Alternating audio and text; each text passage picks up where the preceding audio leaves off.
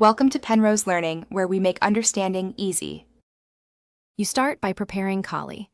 Update the system and install OpenVPN or WireGuard plus ResolveConf so DNS leaks are handled.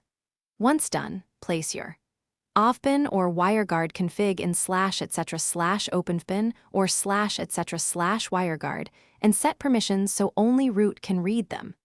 Make sure to have your provider username, password, and any CA certificates at hand. You do this now to avoid interruptions later and to allow seamless service activation when you bring the tunnel up. You next configure the connection details, open the OVPN or WireGuard conf and verify server addresses, ports, and auth file paths. Then enable IP forwarding so traffic routes through the VM or machine. Use sysctl and make it persistent in /etc/sysctl. Conf.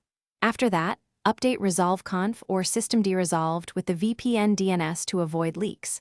Once configured, test with a dry run, sudo openvpn config file, ovpn or sudo wgquickup wg0 to observe log. You now start the VPN service and verify that traffic flows through the tunnel.